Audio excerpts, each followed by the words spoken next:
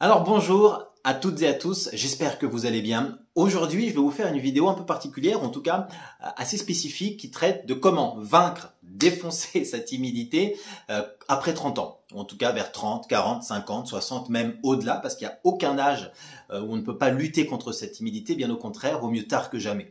Et en même temps, ce n'est pas parce que vous avez environ 20 ans, même un peu moins, un peu plus, que vous ne pouvez pas ou vous ne devez pas écouter cette vidéo, parce qu'elle va vous permettre d'éviter, entre guillemets, de faire les mêmes erreurs que les personnes qui ont 30 ans, 40 ans maintenant, pour avoir une vie beaucoup plus épanouie, beaucoup plus rapidement. Admettons, si vous avez 20 ans, si vous écoutez cette vidéo, si vous la regardez, vous ferez des erreurs un peu moins facilement et vous pourriez peut-être être beaucoup plus épanoui plus tôt. Donc, elle est très importante cette vidéo pour tous les âges, même si effectivement, si vous êtes aux alentours de 30, 40, même vouloir 50 ans, elle est importante plus spécifiquement pour vous. Alors, moi je me présente, je m'appelle Miri, je suis un ancien timide. Voilà, je ne sais pas si ça se voit, mais je suis un ancien timide où j'avais exactement les mêmes symptômes que vous en tant que personne timide. C'est-à-dire que dès que j'étais en société, en soirée, un anniversaire, avec une fille pendant rendez-vous, je bégayais, j'étais pas à l'aise. Enfin, quand j'avais des rendez-vous, hein. Voilà, j'étais très stressé, je savais pas quoi dire ni quoi faire, j'étais vraiment pas bien, aucune confiance en moi, aucune estime de moi, sauf que maintenant je suis très heureux, je suis marié, père de 2 enfants et je suis surtout comédien. C'est-à-dire je fais beaucoup de théâtre où je peux jouer devant des centaines de personnes où je suis très à l'aise. Alors après j'ai du tract, hein, bien évidemment, mais par rapport à ce que j'ai pu connaître il y a plusieurs années, je suis très heureux en tant que comédien. J'ai fait également du cinéma, de la télé, des publicités et je suis à l'aise devant des gens, devant une équipe technique, devant des caméras, notamment comme là maintenant devant cette vidéo. Donc tout ça pour vous dire que tout est possible et je sais à quel point c'est une galère énorme lorsque l'on est timide pour réussir selon moi dans la vie et c'est pour ça que j'ai envie de vous partager cette vidéo. Alors, pourquoi selon moi vaincre sa timidité est un peu différent, en tout cas c'est très spécifique quand on dépasse les 30 ans. Il y a selon moi 3 raisons. La première raison c'est qu'on a des habitudes. Oui. Alors pendant des années, on a accumulé des habitudes liées à notre timidité. C'est-à-dire que lorsque l'on est invité, on a une façon de parler, une type de réaction par rapport à une interaction sociale, une façon de penser, une façon de réagir. Est-ce qu'on se cache? Est-ce qu'on parle moins? Est-ce qu'on est en retrait? On fait tout le temps la même chose, un peu pour se protéger. Parce qu'on sait que pour nous, en tant que timide, on va souffrir, qu'on est même obligé d'aller à cette soirée, à cette réunion, à ce mariage. On n'a pas envie, mais on est obligé.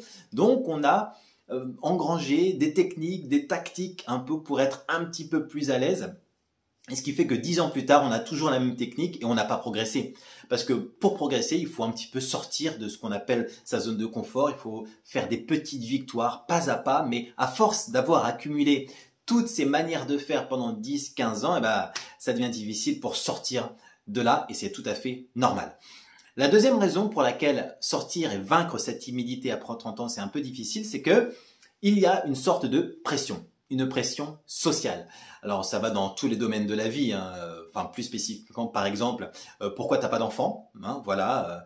Alors c'est difficile de faire des enfants, c'est largement possible, hein, bien évidemment, mais il faut aussi trouver son compagnon, sa compagne. Donc une deuxième question, mais pourquoi t'es pas marié? Pourquoi t'es toujours célibataire?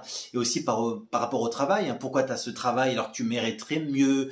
Et ben en fait tout ça, ça peut être lié à la timidité, c'est-à-dire que vous n'avez pas confiance en vous, vous avez une mauvaise estime de vous, vous ne savez pas communiquer, vous ne savez pas draguer, vous ne savez pas juste parler avec aisance face à une personne, face à une femme, face à un homme, et donc vous n'êtes pas du tout à l'aise, donc vous n'arrivez pas à rencontrer quelqu'un, vous n'arrivez pas à bâtir une famille, et donc vous n'avez pas aussi un travail qui vous épanouit, donc tout le monde vous se jette dessus en disant mais pourquoi t'as pas ce travail, pourquoi t'as pas de maison, pourquoi t'es pas marié?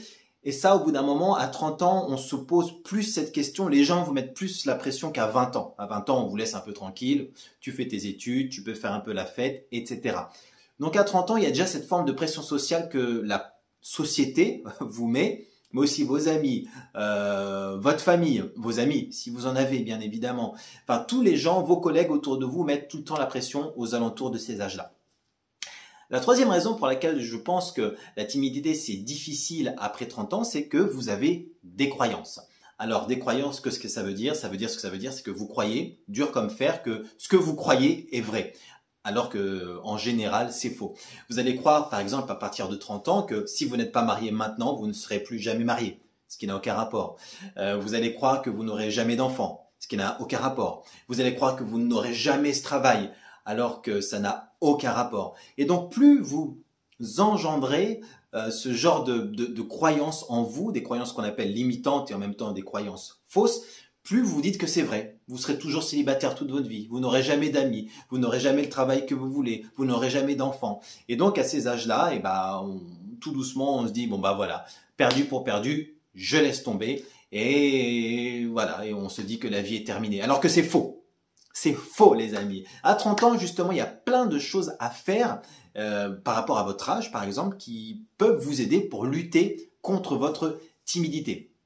Et par rapport juste, un petit aparté sur les croyances, croyez-moi, les amis, rien n'est jamais ancré. Moi, il y a quelques années, 10 ans, 15 ans, jamais je me serais dit que je pourrais tourner dans un film au cinéma. Jamais je me serais dit que je pourrais tourner dans une série, dans une publicité ou de jouer sur scène dans un grand théâtre devant des centaines de personnes. Jamais. Mais je l'ai fait. Donc tout est possible. Alors, bien évidemment que beaucoup d'entre vous ne veulent pas devenir actrice ou acteur, mais juste dans vos domaines de vie, juste dites-vous que ça va être possible de trouver votre moitié. Ça va être possible d'avoir des enfants. Ça va être possible, si vous en voulez, bien évidemment. Ça va être possible de réussir votre famille. Ça va être possible d'avoir cette maison, d'avoir ce travail, d'avoir cette voiture grâce à la confiance en vous contre votre timidité. Maintenant que j'ai posé ça, et je trouvais que c'était vraiment très important de poser un peu les bases de ça, pourquoi à 30 ans, voilà, on a ce petit bilan, c'est 3 conseils qui vont vraiment vous aider.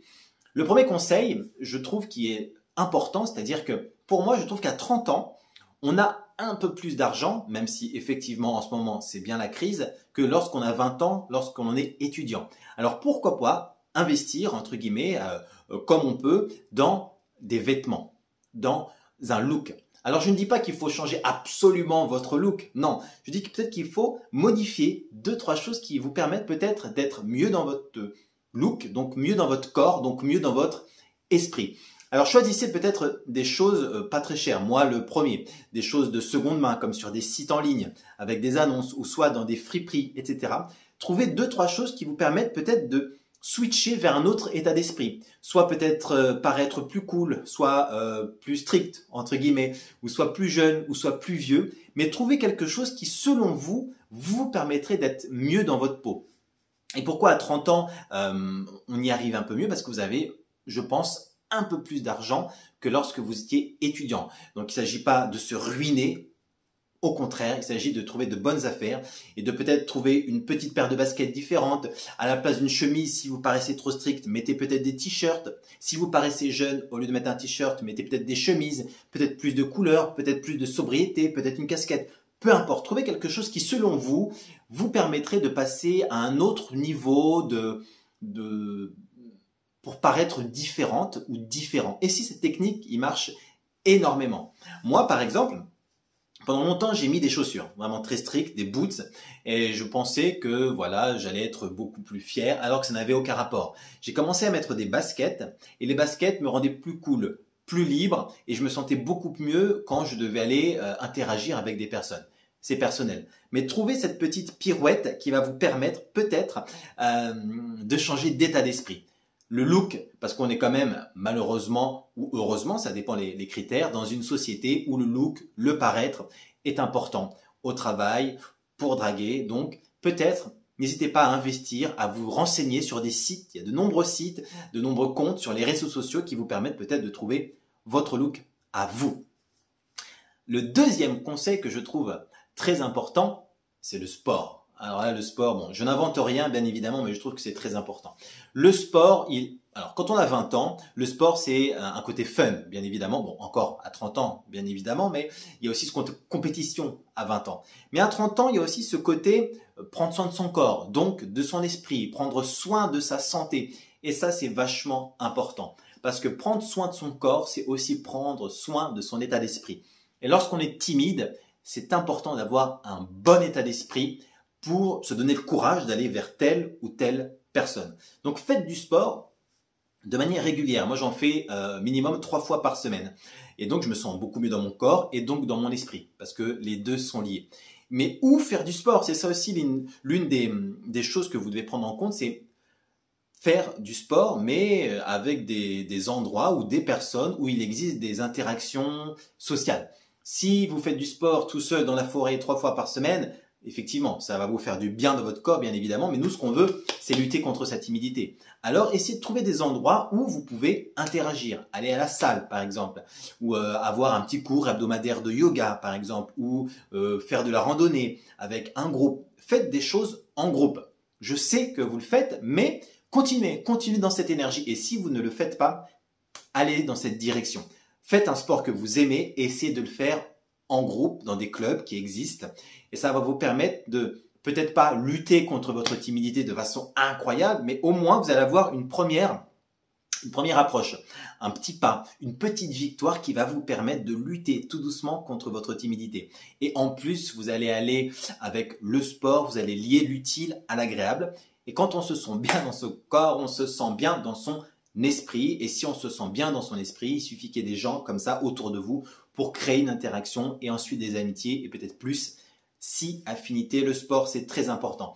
Et c'est pour ça que le troisième point, le troisième conseil que je vais vous donner est aussi lié au deuxième, c'est faites de la relaxation. Je vous conseille de faire de la relaxation. Ce n'est pas une injonction. Faites comme vous voulez.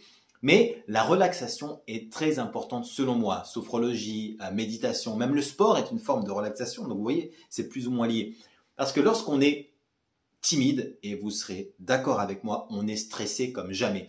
On stresse 2 jours avant la soirée et on stresse pendant et finalement on parle à personne.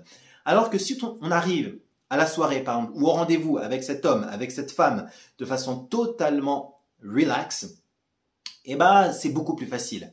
Donc jouez sur votre respiration, jouez sur la méditation, jouez sur la sophrologie, toutes ces techniques-là de méditation ou sur le sport ou juste faire une petite sieste et respirer, écouter de la musique qu'on aime, ça va permettre, surtout dans cette société où on est tout le temps en mouvement, ça va vous permettre de prendre du recul un peu sur votre timidité parce qu'en tant que timide, je le sais, on est focus H24 sur notre timidité. Qu'est-ce qu'on va dire? Qu'est-ce qu'on va faire? Comment on va le dire? Comment on va le faire? Comment je m'habille? Comment je fais truc? Et on pète un câble. Donc, essayez de prendre du temps pour vous un petit peu régulièrement, même tous les jours, 5-10 minutes, vous êtes posé, vous respirez et vous prenez votre temps. Cette relaxation, votre corps va le sentir. Cette relaxation, votre esprit également va le sentir puisque votre corps va le sentir. Et tout ça réuni fait que ça fonctionne. Donc, voici les 3 conseils que je vous ai donnés qui vous aideront certainement pour continuer votre progression. Je vous souhaite une très bonne journée les amis et je vous dis à très bientôt. Bye.